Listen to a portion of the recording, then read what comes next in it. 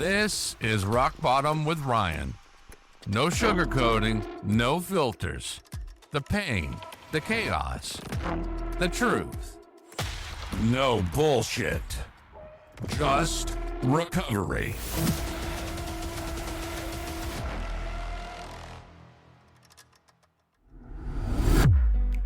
Welcome back to another episode of Rock Bottom with Ryan. Today's guest is someone whose story is as inspiring as it is empowering.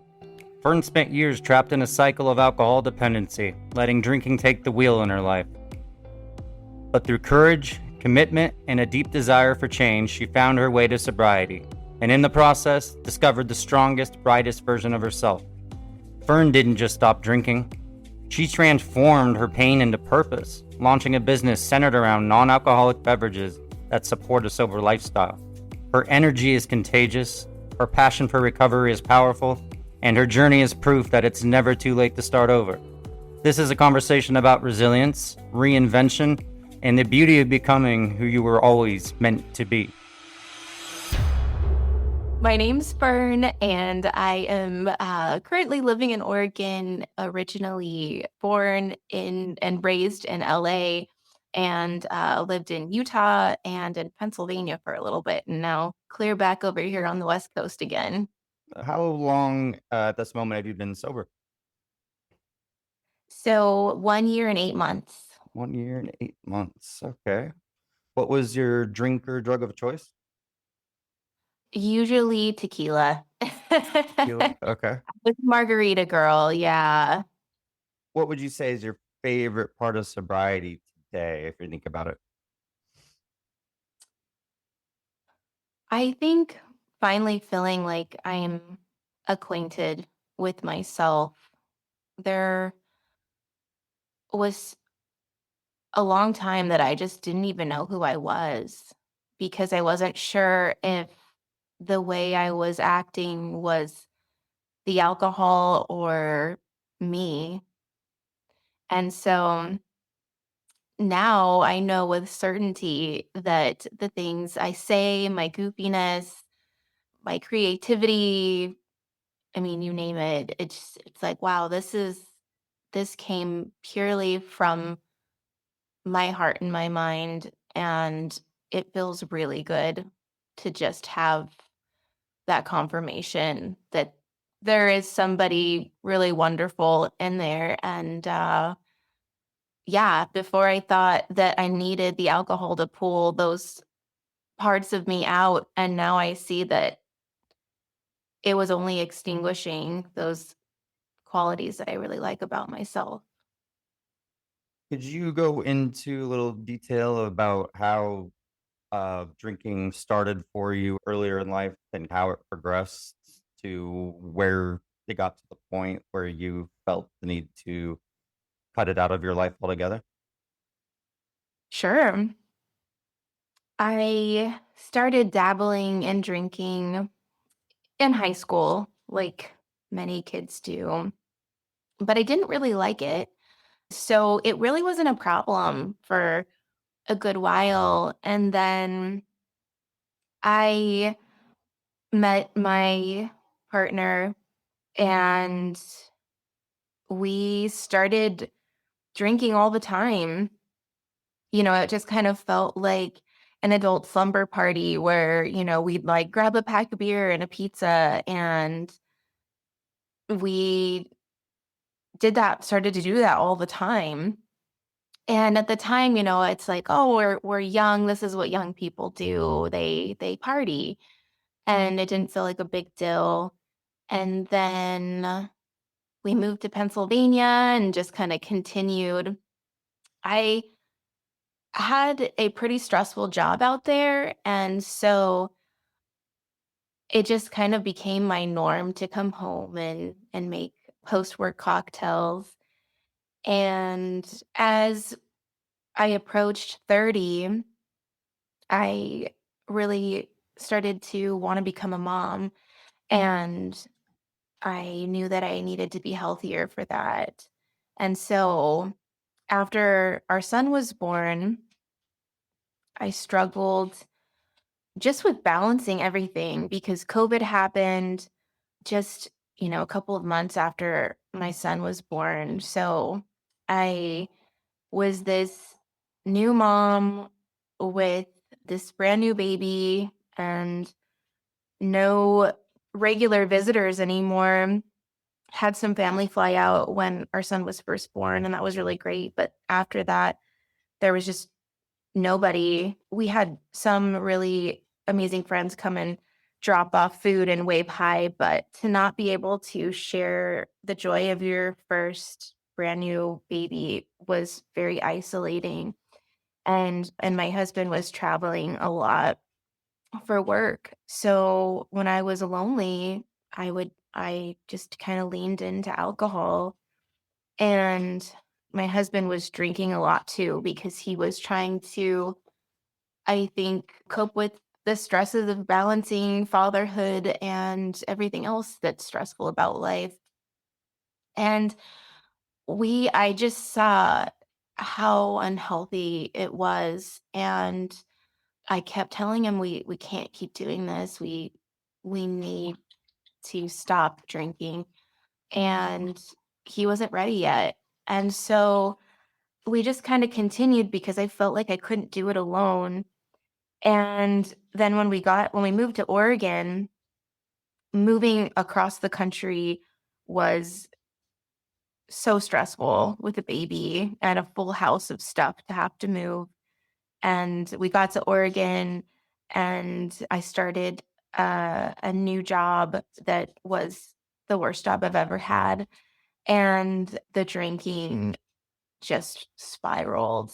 I was drinking a lot, and so was my husband. And I remember one morning waking up and I thought that there were ants crawling everywhere. And I knew that it wasn't real. It was like it looked so real, but I knew that they almost looked like pixely in a way. I don't really know how to describe it, but I knew in that moment this must be delirium tremens because this has got to be a hallucination. And that just freaked me out so much.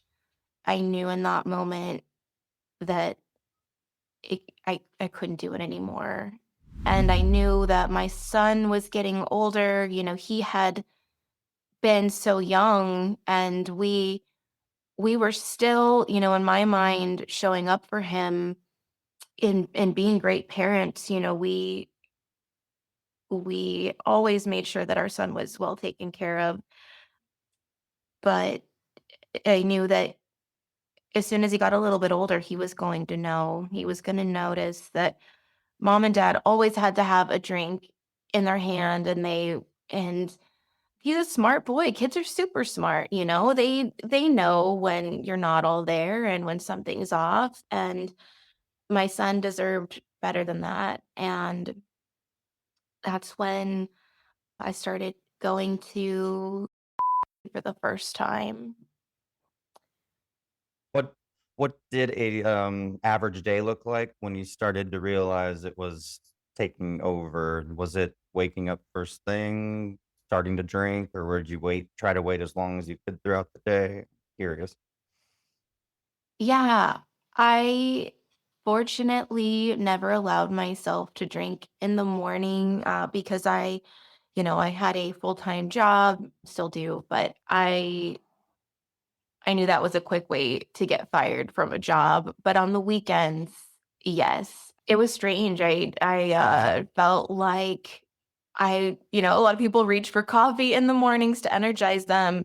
For me, it was like, oh, we got to make some margaritas and then that'll really get our day started. Gosh, it just makes me cringe thinking about now. But some days I could easily drink, a half bottle of tequila or more and, to myself, and could drink 2 bottles of wine to myself. And I know that it can get a lot worse than that for people, but was that was pretty rock bottom for me. Were people in your life noticing your behavior change overall? Like how you acted, your routines? Nobody ever noticed or said anything, but, we were living out here with how many eyes on us? I mean, my brother and his wife were out here, and that was the pool to be out here, was to have some family, but they probably noticed, but they were lending me grace, I'm sure. But, my husband was just as sick as I was, if not sicker. So he was never going to say anything. I knew deep down inside that this was a really terrible situation. And yeah, I knew that it was only a matter of time before things started to unravel, right? It was like we were holding our life together. We were functioning as alcoholics. We were keeping our jobs. We were managing parenthood. We were trying to do all these things. And I could just see into the future, and I could just see that we were at the teetering point, that I was feeling too sick to go into work. It was like, how can I keep peeling myself off the bed and like taking a shower that like some days my brain would be so broken from drinking so heavily the night before. I would be in the shower like, what do I do in here again? Like even just like washing my hair. It was so bizarre. It was like, okay, I can brush my teeth. I can do this. And then, by the time I got to work, I was a little more awake, but it was just I was torturing myself. Every day was making life 1,000 times harder than it needed to be. And I just knew deep down it was time. When you got off work, was it the first thing you did was go make a drink, or was it something you were kind of obsessing about throughout the day to get through the day and to get that next drink? I mean, and did it become a huge priority for you after a while, as opposed to wanting it to have fun, but actually needing it? Oh, yeah, definitely. I would think about it throughout the day at work. And yeah, it's really twisted, how it really just sinks its claws into you so deeply that you can't really imagine doing most activities without it. It's like, yeah, I would think about it all the time. And yes, I would think about stopping off at the liquor store, getting my mixers, or do we have enough ice at home, and, all that stuff. And then some days I would just, I'd pep talk myself like, you're not going to drink today. You're going to go home and you're going to do good.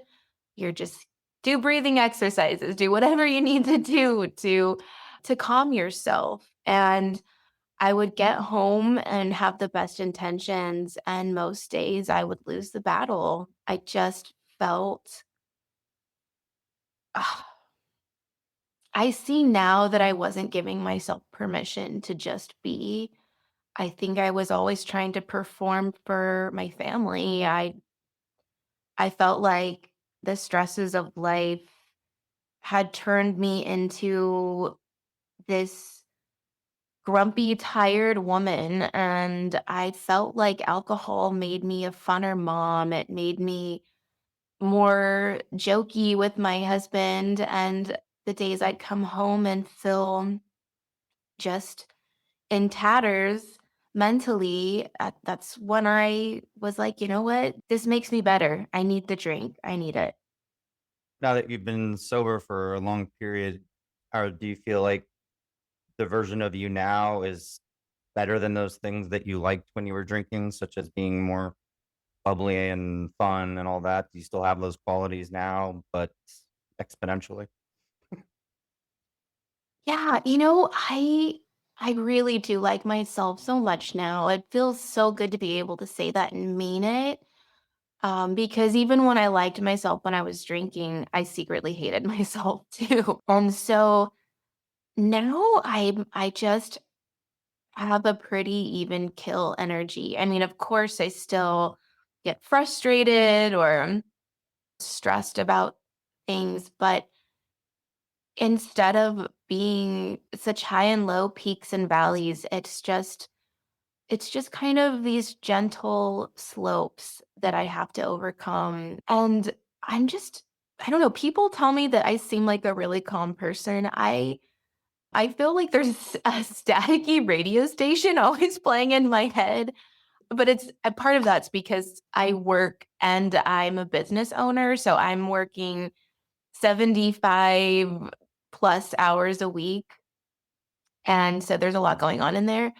But yeah, I do joke and I love to be silly, but I also don't push myself to be so performative anymore. And that feels it's just such a relief to just let it come when it comes and be able to read the room and not push it because I look back at times where I'm pretty sure I was obnoxious to people, it's like I was trying to force everybody to have fun and let's be crazy, and people aren't always looking for that. They don't need somebody to push them in that direction. It will naturally take that course if it's meant to, go that way. And so, yeah, everything's much more genuine now. Yeah, that reminds me of what I was going to ask next. Are there any like specific moments you look back at that you specific moments you're open to sharing that you sort of regret or were embarrassed about, or just that were reminders that you'll never go back to where you were during the dark times? Oh God, how much time you got? If you'd like to give one or two examples. I think I'm too embarrassed to share some of them, honestly, to share most of them. I mean, I can just confirm that, yes, there are countless things that I look back on and I cringe. And I think a lot of drinkers can relate to this. There were so many memories that were so shameful. And I say so shameful, like I've never done something super terrible. It's just like I've always been really hard on myself. And so I just think that when I was still drinking and I would reflect on the stupid things that I would do or say, and it would be so hard to turn and face. That's what kept me drinking because I didn't have to think about it as much, or it didn't seem like as big of a deal if I just buried those bad memories. So I think that can be what keeps people down. But yeah, now that I'm out of it, I look back and I'm like, okay, there's enough space there that I can lend myself some grace. I can be forgiving and I can also separate drinker self from current self and be really proud of who I can move on and continue to be in my current state of mind. Since you've gotten sober, did you have any issues doing things like making amends with people, rebuilding relationships, or were your relationships very impacted by a lot of it? Not really. I think if anything, I shed some friends because my views just didn't align with theirs anymore. But that was an intentional choice. I think living across the country from a lot of my friends, we were able to continue things. A lot of my friends, I have friends all over. Most of my friends are not in Oregon where I live now. I think if you're going to keep friends from a distance, there's typically a pretty strong connection there. And so I still have a lot in common with those friends. And I think they've only gotten stronger and better since I've been more awake. Good. So you have a really good support system around you now, including your partner and everything. Everybody's very supportive of your sobriety now. Yes, Good. yeah. And my partner eventually became sober with me, that first time that I went to, I was able to stay sober for 3 months, and which was a really big deal for me at the time.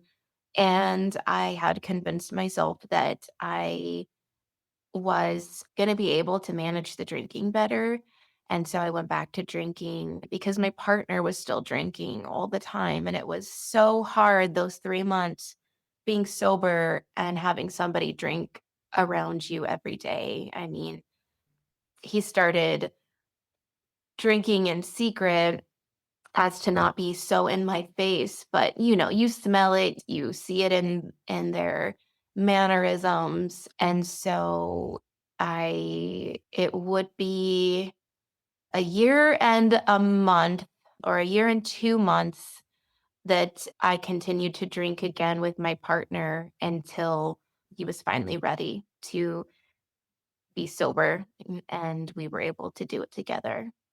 That's great. So you had that 90 days. That exact same thing happened to me a little over a year ago.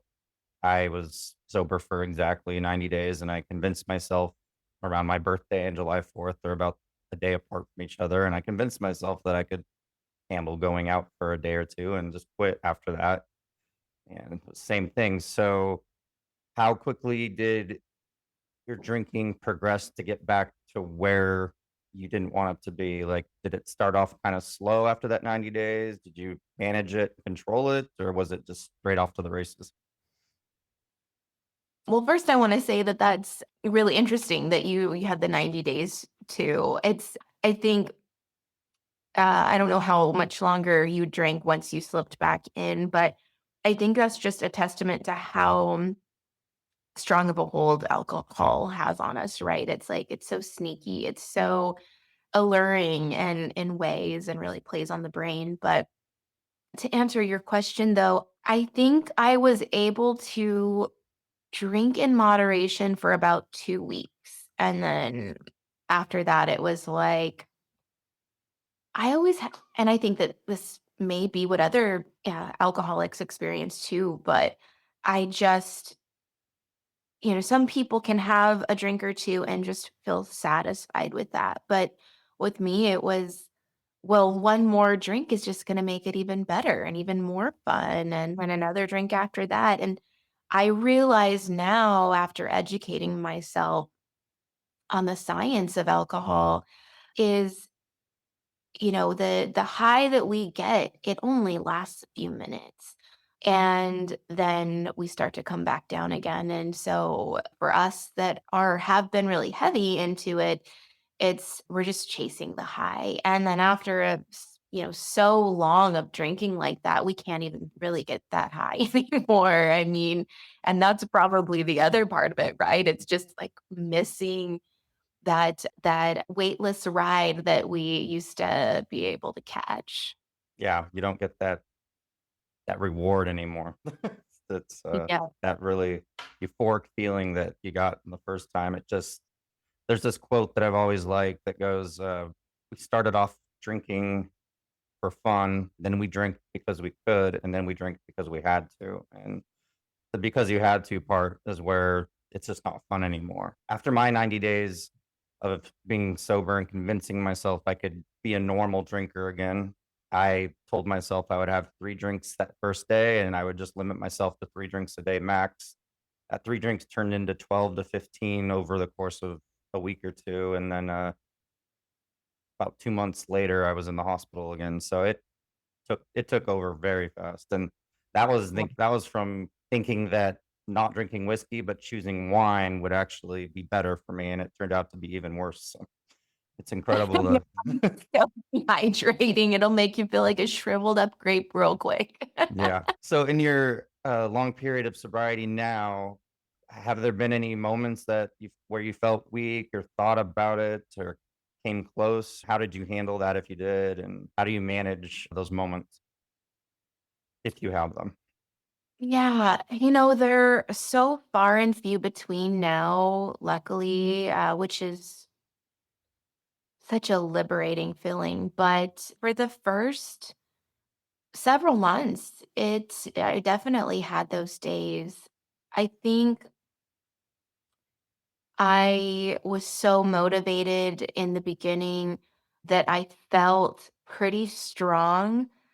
But yeah, around month 2, it was like I still had the momentum, but, like, the whispers started, it's like alcohol's like, "Don't forget about me." And, I would have these thoughts just randomly where I wouldn't even be thinking about alcohol. I would just be going about my business, and I just have that quick thought, "Some drinks would make this better." And that was a common, little thought that would pop in my head, and I'd have to just continue to reprogram, every time that thought came up, it's like, "No, we're not gonna think that way anymore. It can be really beautiful without that, if not much, much more," right? That's what we know now, but I think leaning, on podcast, I'm really glad that you started yours back when I was getting sober, so I would just pop that on and listen to people that had more, sobriety under their belt than I talk about, how far they had come and what it was like for them and the blessings of life now without it. And that was so reassuring to me that if I just kept on doing what I was doing, it was going to pay off. So these days, do you have a healthy routine that you live by that you didn't have while you were drinking that keeps you in a healthy mind state? I think I had so much freaking fire that I was squelching and extinguishing, and now I'm like I realize that I just needed something to channel it all into. I mentioned that I'm a business owner, and I started Levitate Elixirs. It's a non-alcoholic, functional spirit alternative, and all of us that are trying not to drink or are sober curious or are fully sober, we still want to relax. We still, we deserve to unwind. Life is rough. And so I just started pouring my heart and soul into this business. And Your sobriety inspired this business to help other people in recovery? it did. And it's been so wonderful. It took months of formulation to get all of my beverages down. I have 3 beverages. There's an energizing beverage, a grounding kind of hybrid beverage, and then a calming one. And I use Mother Nature. I use medicinal herbs to give people a shift without the ick, as I like to call it. So I really like the way the beverages make me feel. There's the one I'm sipping on right now has L-theanine, which is an adaptogen, really calming to the nervous system. And it's got Damiana and ashwagandha, and my other beverages have other combinations. But being able to talk to people when I vend, I've had grown men just come and bare their hearts to me tearfully talking about their sobriety and how they're so grateful that I'm there. And I've been vending at music festivals this summer, and to have people come up and say, finally, there is an option for me. There's a lot of non drinkers out there. There's a lot of people that have embarked on sobriety too. And there's other companies that are emerging too, similar to mine. And I'm grateful for it. I think if there can be 10,000 alcohol and beer companies out there, then let's have a bunch of functional spirit alternative beverages too, so that we can have Yeah, some that's very enjoy. intriguing that I'm just noticing a lot recently since I've been getting into starting this podcast. I'm just realizing that there are sobriety is becoming very popular and I love it. People starting businesses revolving around it, podcasts, blogs, chat rooms. Just there's so much around now. It's like it's cool to be sober. It seems like, and it's What? I think a lot of people are seeing that now, and seeing that the alcohol does more damage than good. Exactly. And I am in no way affiliated, but I want to give a shout out to Annie Grace from This Naked Mind.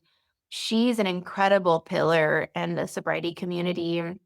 If you haven't checked her out yet, I know you and I had talked about her before, but if the listeners haven't checked her out yet, please do. She is, I think, the reason for my success. And she's got a book, she's got an app. I love the app the most because there's bonus videos at the end of each lesson. It's free. And just learning through her all the ins and outs of alcohol and what it does to the brain, and being able to lean on facts. Like I need to know and understand things. I'm definitely a give me all the info type girl. And so being able to get a feel for the science, that's what kept me going, kept my momentum up. Good. What can you give an example of something from the Naked Mind that you live in your everyday life, of something that she inspired? I don't think about any specific information anymore, but in the beginning, that what I had mentioned earlier about the high that we get, I think she says that research shows that your high from alcohol only lasts for about 7 minutes and maybe 8. The facts are a little fuzzy, but things like that, talking about how manipulative alcohol is and all, I can't think of anything super specific, but that still has stayed with me. So can you describe it a little bit more? So that moment that you discussed earlier about waking up and having the DT's effect, was that a common theme multiple mornings for a while where were you suffering from the shakes and other kind of examples of alcohol withdrawal? Definitely had many a day, many a morning with the shakes and, disorientation. I think the hallucinations were never as strong as that one morning where I saw the little ants and bugs crawling all over my bathroom floor and the tub. I would have other smaller things, a lot of floaters, a lot of like lines through my vision that I don't have anymore. There was a point where in my left eye, it just anytime I would blink, there would be this diagonal line going through my vision. And because I don't have it anymore, I'm pretty sure it was because of the alcohol. Would you consider that moment rock bottom, and how soon after you started experiencing those DTs did you taper off drinking? 'Cause it doesn't sound like you went to rehab. You did this on your own and with the help of some different resources, but how long did it take you to fully quit after that? So after that, I think I pretty quickly within a few days found my first meeting. And that was the beginning. And that's when I was sober for the 90 days. And yeah, it scared me. It scared me a lot. And, how can you be a functioning human, a functioning mom, an employee if you're seeing stuff that's not there. So that really kicked things into high gear. Are there any things you struggle with emotionally sober now that you were numbing while you were drinking, or are you pretty intact with your emotions at the moment as far as being sober? Yeah, I highly recommend anybody trying to get sober to find a good therapist. That was tremendously helpful and still is. I don't have to see my therapist quite as often as I was before. I was seeing her every week in the beginning. And it was very necessary to have somebody educated in mental health. She's not, the therapist that I have is not a recovery or, rehabilitation type therapist, but sobriety is multifaceted. I had a lot to talk through regarding my marriage, regarding motherhood, regarding just all of the yuckiness that comes with unpacking all of the shit that you have buried for so long. And yeah, I think my mental health is in the shape that it's in because I had somebody to help me navigate it all. There's going to be so much for anybody that's listening that is at the beginning. It is going to be a wild ride, but find all the help that you can. And there is no shame in talking to somebody about it. It will help you heal much faster because when we have all these things bouncing around in our minds, journaling can be super helpful, but sometimes somebody from the outside that's totally removed from your life can look in, can hear the things you're saying, and can reiterate it or lay it out for you in a way that you would have never been able to do yourself. Yes, I have things that still crop up all the time, things that would have caused me to spiral out if I was still drinking because my tolerance was so low.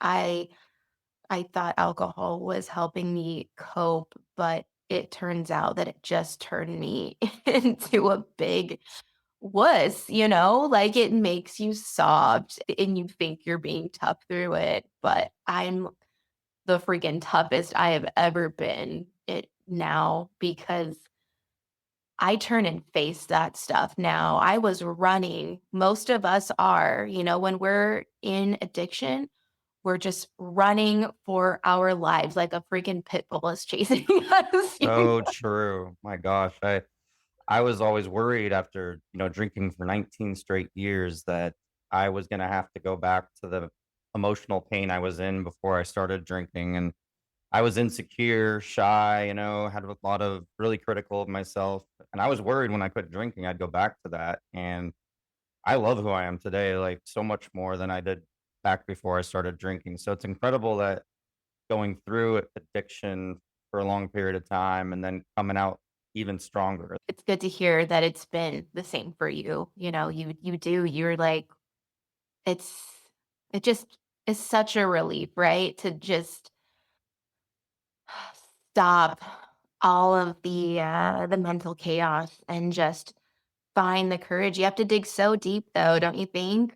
Yeah, you do have to dig deep and you have to face things head on without any help from alcohol. And that's tough at first, but you start to look at every little thing as an accomplishment. Hey, I did this sober. Everything kind of feels like a first for a while, but once you do it, it's very liberating, like you said earlier. Yeah, and it gets easier and easier. Like I still struggle sometimes. Things will come up and I'm like, "Oh, I don't want to look at the thing. It's too painful." And I realize that the only way we grow is by going through it, and there's rarely a detour option. We just have to work it out and yeah, it builds character. That is for sure. What advice would you give to somebody who's still struggling right now and wants to quit? Yeah, I say to you it's not too late. Uh all of us that have found sobriety, we've done things that we're not proud of and I'm sure it's the same for you. And there is still so much hope to find all the little golden nuggets that are hiding deep inside of you. They are just waiting to rise to the surface, they're deep inside all of us. We all have super special qualities and alcohol only dims it. Trust me, you are going to love who you are just Keep listening to podcasts like this. Find This Naked Mind app and don't put a whole lot of pressure on yourself if you're feeling nervous to take the leap. Her approach is more like, are you sober curious? Do you want to learn more about what's happening right now and, to your mind and body? And so I think for some of us that are feeling a little more resistant, approach it with curiosity, learn for yourself. And I think it's going to just progress from there. Would you like to elaborate a little more on your business, and we can put it out there because it sounds like it really will be helpful for people in sobriety to have a drink to enjoy themselves, but it actually is healthy. Yes, yeah. I formulated it to be nourishing and as well as functional. So yeah, my business is called Levitate Elixirs. You can find me on Instagram. I also have a website and my Insta is at levitate_elixirs. And elixirs is spelled with an IRS at the end. A lot of people think it's ERS. I just got my commercial kitchen, as I think I might have mentioned earlier, but I've got my FDA compliant labeled and it's ready. It's ready to be sold. I started off by doing just the drinks, serving that at festivals, but now you can purchase the whole bottle. I'm located in Eugene, so I can do local deliveries, but I am going to be vending at the Whitaker Sunday Market. And if you're in the Pacific Northwest and you have an event, a work event, a wedding, a graduation party, whatever it might be, and you want a non-alcoholic bar, hit this girl up. I would be happy to come out and set that up and show people a good time without the booze. What does service, helping others, how does that play a role in because your business seems like it's revolved around helping people with sobriety. How does that help you stay sober? Does that play a big role? Definitely. It's so incredibly rewarding to hear all the stories. I'm so grateful for everybody that has shared and continues to share. And I just think that aside from the business, when you're suffering less, you have more to give. We suffer a lot when we are sick. And when we're better, our light is shining so bright that even when we're not trying to go out of our way to be kind, we just are. We have, it's just beaming from us. Whenever I'm struggling with anything, it's, I have the end goal in mind. I have the vision, and it's easy to lose sight of the vision when we're having a hard day or a hard hour or a hard minute. But just remember, one foot in front of the other and just keep on walking towards that goal.